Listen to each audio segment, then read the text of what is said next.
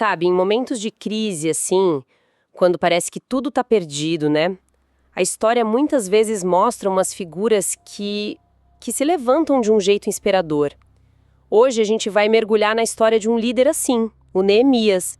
A experiência dele, mesmo sendo de milênios atrás, ainda tem umas lições, sabe? Muito práticas sobre restauração. A gente está se baseando aqui no livro Neemias, o líder que restaurou uma nação, do Hernandes Dias Lopes. E o legal desse livro é que ele não vê Neemias só como história antiga, sabe? É mais como um guia mesmo para liderança, para reconstrução, não só de prédio, mas social, política, até pessoal. Bem atual, né? Exato. E o nosso papo aqui hoje é justamente tentar pegar essas lições-chave, sabe? Os nuggets mesmo da jornada dele, qual era a real, o que ele encontrou lá. Quem era esse cara, né, que surge num momento tão difícil? Que tipo de desafio ele teve que encarar, por fora, por dentro? E o mais importante, eu acho, que princípios dessa história de reconstrução podem ajudar a gente hoje com os nossos próprios desafios, de liderança, de botar as coisas no lugar de novo. Para a gente entender bem a missão do Neemias, é bom ter uma ideia do contexto, né? Bem rápido, o reino de Israel tinha se dividido, isso séculos antes.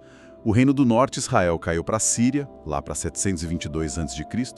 Depois, bem depois, 586 a.C., o reino do sul, Judá, foi levado para a Babilônia. Exílio mesmo. Por quê? Infidelidade a Deus.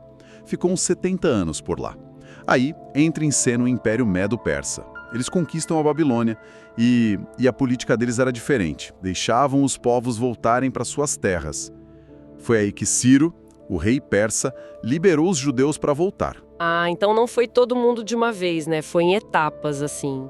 Isso, em ondas. Primeiro veio um grupo com Zorobabel para reconstruir o templo, certo?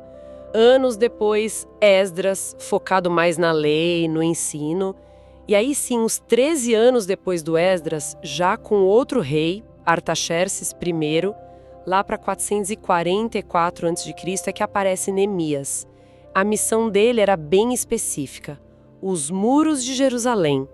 Engraçado pensar que muitos judeus nem quiseram voltar, né? Devem ter se ajeitado lá na Babilônia. E quem voltou, nossa, não teve moleza não, muita oposição, principalmente dos samaritanos, chegou ao ponto do próprio Artaxerxes mandar parar a reconstrução da cidade antes, né? Exatamente. Foi interrompida. E nesse cenário todo, quem era o Neemias? Pelo que eu li, ele tinha um cargo importante, né? Copeiro do rei Artaxerxes lá em Suzã. Isso não era só servir vinho, né? Era um cara de confiança, tipo um conselheiro próximo, quase um ministro. Exatamente, uma posição de extremo prestígio e confiança. O nome dele, Neemias, significa conforto de Deus. E o interessante é que mesmo vivendo no luxo da corte, talvez até nascido já no exílio, ele tinha uma fé muito forte, uma conexão real com o povo dele, com a história. E aí vem o momento chave, o Kairos, como o livro chama. O tempo certo de Deus. Chega um cara chamado Hanani, talvez irmão dele vindo de Jerusalém. Imagina a viagem, 1.500 quilômetros. E ele conta como estava a situação lá, calamitosa. E Neemias, que talvez nunca nem tivesse visto Jerusalém, ele sente a dor do povo, na pele, essa empatia, sabe? Essa capacidade de se importar de verdade, mesmo estando longe, confortável. Isso é que dispara tudo. É o começo de tudo. O relato do Hanani, lá em Neemias 1, versículo 3, é pesado, né? Ele fala de 4 problemas principais, basicamente. Primeiro, insegurança total. Muros derribados. A cidade estava escancarada, vulnerável para qualquer ataque. Segundo, uma injustiça social, gritante. As portas queimadas. Isso era mais que madeira queimada, né? Era um símbolo. Significava que a justiça estava falida, porque os juízes julgavam ali nas portas da cidade. Exato. Além disso, a pobreza era extrema. O povo estava em grande miséria, vivendo no meio dos escombros mesmo, desanimado. E por último, o desprezo, a humilhação.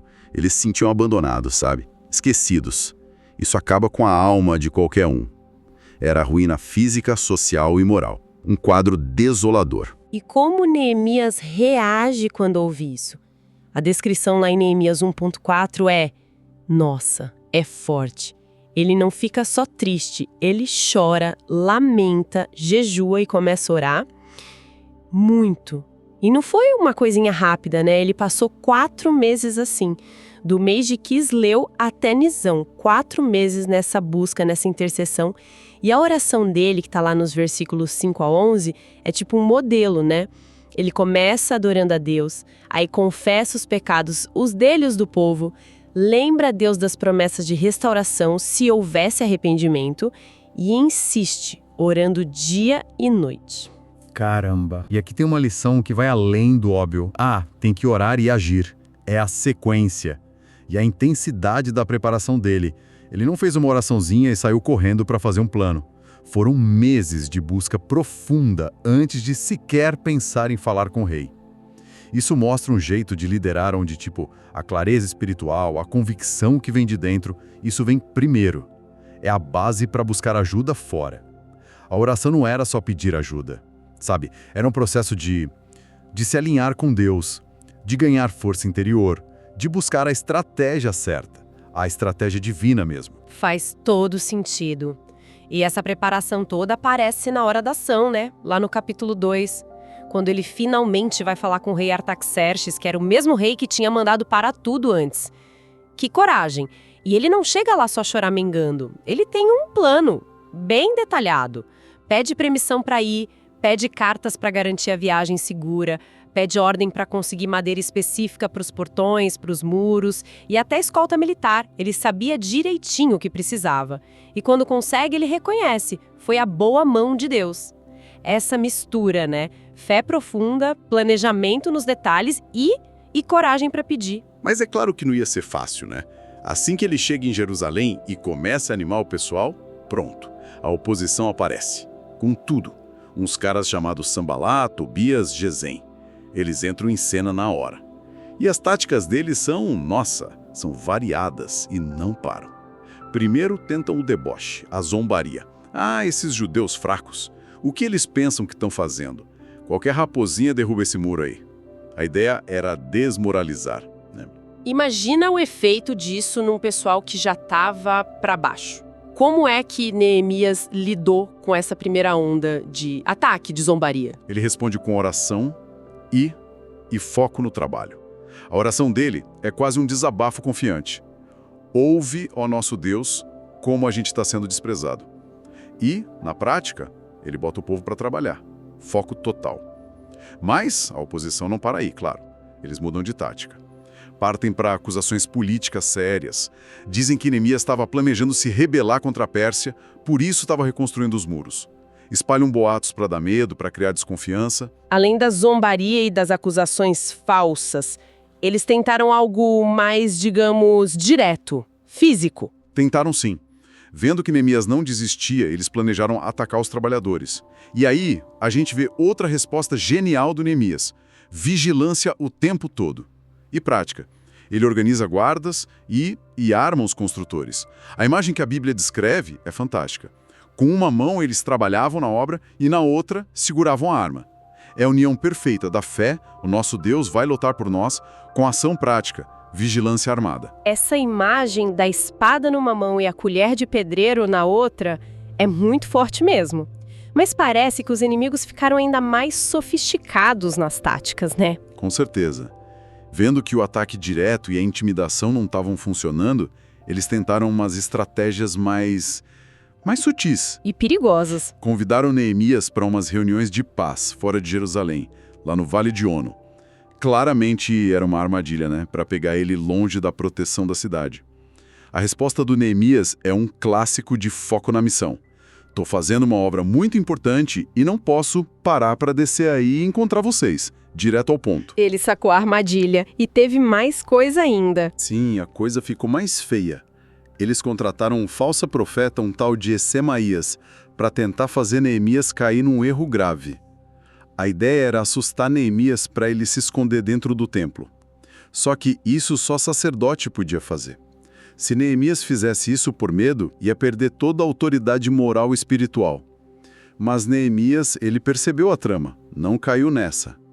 E, talvez o pior de tudo, o mais traiçoeiro, os inimigos conseguiram infiltrar gente deles entre os próprios nobres de Judá.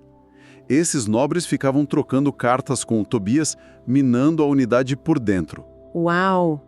Então a pressão vinha de todo lado, de tudo quanto é jeito: zombaria, ameaça física, política, armadilha, falsidade religiosa, traição interna. É impressionante a resiliência do Neemias, né? Ele parece juntar tudo: oração, ação prática, foco total na missão, animar o povo, discernimento espiritual e uma integridade que não se abala por nada. Exatamente. Essa combinação é o segredo da liderança dele. Ele não cedeu, nem para o medo, nem para a distração, nem para o pecado, mesmo com essa pressão toda em cima. E o resultado concreto disso tudo, dessa liderança focada? A reconstrução dos muros levou quanto tempo mesmo? Foi rápido, né? Pasmem, 52 dias. Neemias capítulo 6, versículo 15. Registra esse feito assim, inacreditável. 52 dias. Caramba! Como foi possível, com toda aquela oposição, com a cidade naquele estado? O capítulo 3 dá alguma pista de como ele organizou isso. Totalmente. O capítulo 3 é um retrato incrível de trabalho em equipe e logística, organização pura. Neemias dividiu o trabalho. Cada trecho do muro tinha um responsável. Ele designou famílias, grupos específicos, sacerdotes, levitas, até profissões. Ourives, perfumistas, comerciantes, governantes locais. E olha que interessante, até as filhas de um tal Salum botaram a mão na massa. E a Bíblia repete muito ao seu lado, junto a ele. Dá a ideia de uma harmonia, um esforço conjunto mesmo, sabe? E teve alguma sacada nessa organização? Alguma estratégia específica para dividir as tarefas? Teve uma muito inteligente. Ele colocou muitas famílias para trabalhar no trecho do muro que ficava bem na frente da casa delas, de frente da sua casa. Isso facilitava a logística, tipo comida, essas coisas. Mas principalmente aumentava o compromisso, né? A pessoa estava protegendo a própria família ali. E os líderes deram o exemplo. O sumo sacerdote Eliasibe foi um dos primeiros a começar. E Neemias, ele conhecia o pessoal, reconhecia o esforço de cada um. Ele nomeia um monte de gente no registro. Claro, teve gente que não colaborou, né? Uns nobres lá de Tecoa não quiseram se sujeitar ao serviço. Mas o Neemias focou em quem estava afim. Impressionante essa mobilização. Mas, pelo que eu entendi do material, os problemas não vinham só de fora, né? Teve treta séria dentro da comunidade também. Sim, e esse foi um momento, olha, crítico. Tá lá no capítulo 5. Enquanto a maioria estava ralando no muro, veio à tona um problema interno gravíssimo. Exploração econômica. Dos mais pobres pelos próprios judeus ricos. Nobres, magistrados. Eles estavam cobrando juros absurdos, usura mesmo, dos irmãos que estavam em dificuldade. O pessoal era forçado a hipotecar terra, vinha, casa e, no limite, a vender os próprios filhos como escravos para pagar a dívida. Uma justiça social, assim, chocante, bem no meio da reconstrução. Peraí, explorando os próprios irmãos. No meio de um projeto desses, isso deve ter sido um soco no estômago para o Neemias. Como ele reagiu? A reação dele é um caso de estudo de liderança ética, sabe? Primeiro, indignação total. A Bíblia diz que ele ardeu em ira. Mas ele não foi no impulso. O texto diz que ele consultou consigo mesmo. Ou seja, ele parou, pensou, refletiu antes de agir. Depois ele foi lá e confrontou os nobres e magistrados. Na frente de todo mundo, bem direto. Vocês estão explorando seus irmãos. E aí vem o ponto-chave. Neemias liderou pelo exemplo. Como governador, ele tinha direito a um salário, a um sustento pago pelo povo. Os governadores antes dele faziam isso, e muitas vezes oprimiam o povo para tirar isso. Neemias abriu mão. Ele não só não foi um peso para o povo, como ele sustentava um monte de gente na mesa dele do próprio bolso. Com essa moral toda, ele exigiu que devolvessem na hora tudo que tinham tomado com juros. Nossa, ele abriu mão do próprio salário de governador. Isso devia ser raríssimo. Que impacto isso deve ter tido na credibilidade dele com o povão? Um impacto gigantesco. Mostrou que ele não estava ali por interesse próprio.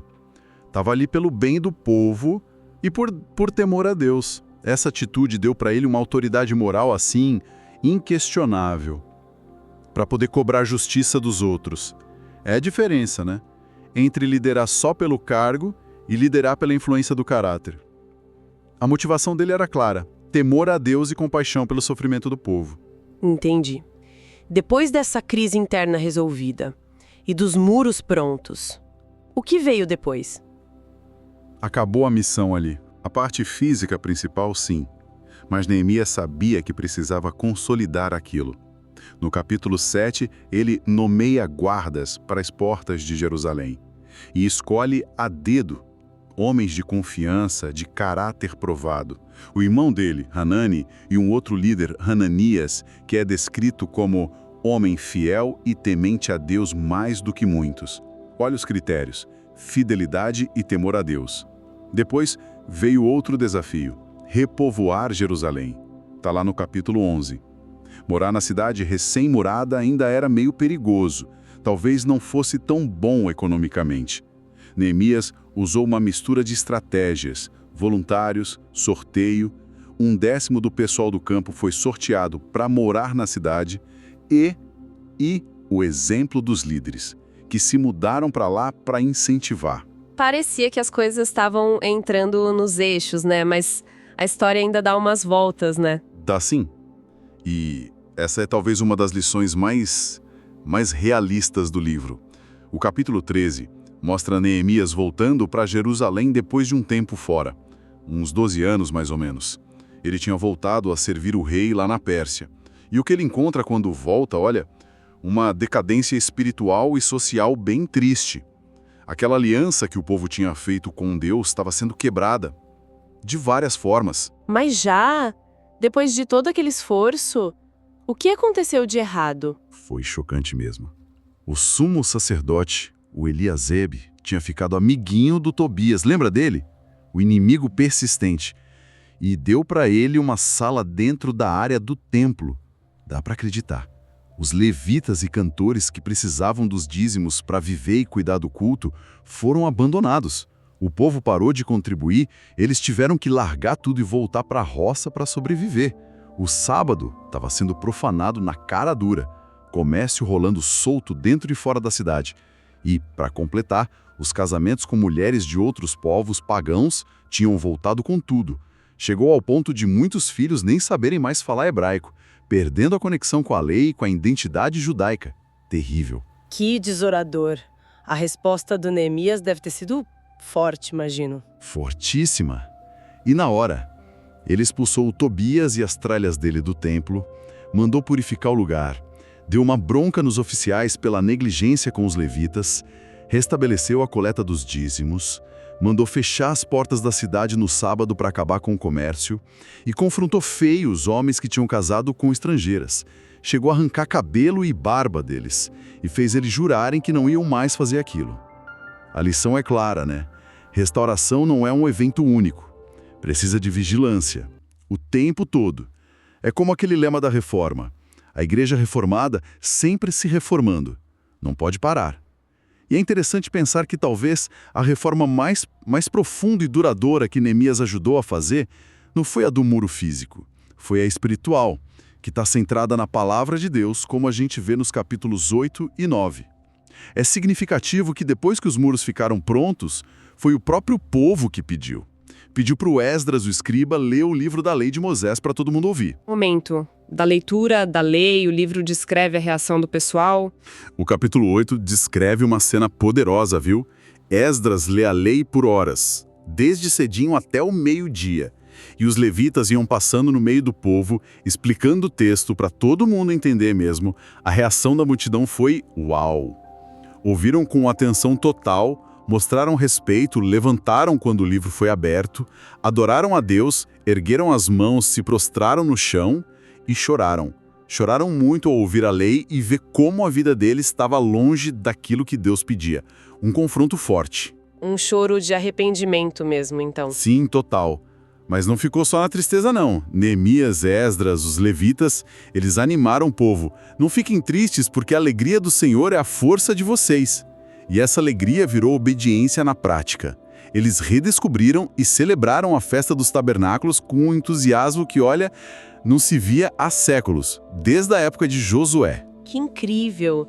E essa redescoberta da palavra levou a mais alguma coisa importante? Levou a um dos pontos mais altos do livro, eu acho. A grande oração de confissão nacional, lá no capítulo 9. Guiados pelos levitas, o povo jejuou, se vestiu de pano de saco e confessou os pecados deles e dos antepassados. Eles recontaram a história toda de Israel, desde Abraão, reconhecendo a fidelidade e a misericórdia incríveis de Deus. E, em contraste, a teimosia e a ingratidão constante do povo. Admitiram que a disciplina de Deus, o exílio, tinha sido justa e clamaram por misericórdia.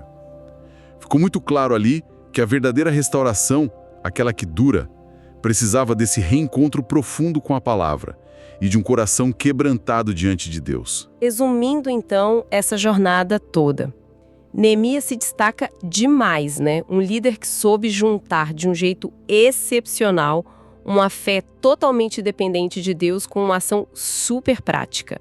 Planejamento cuidadoso, coragem impressionante. Ele mostrou visão, empatia, resiliência e uma integridade que, nossa, não se abalavam.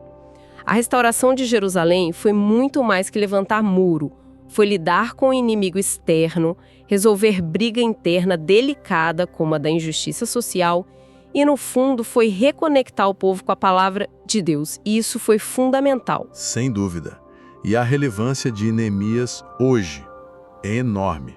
A história dele continua ensinando muito sobre liderança eficaz. A importância de juntar visão e planejamento, de saber mobilizar a gente, de ter resiliência para encarar a oposição, seja oposição de fora ou de dentro, né?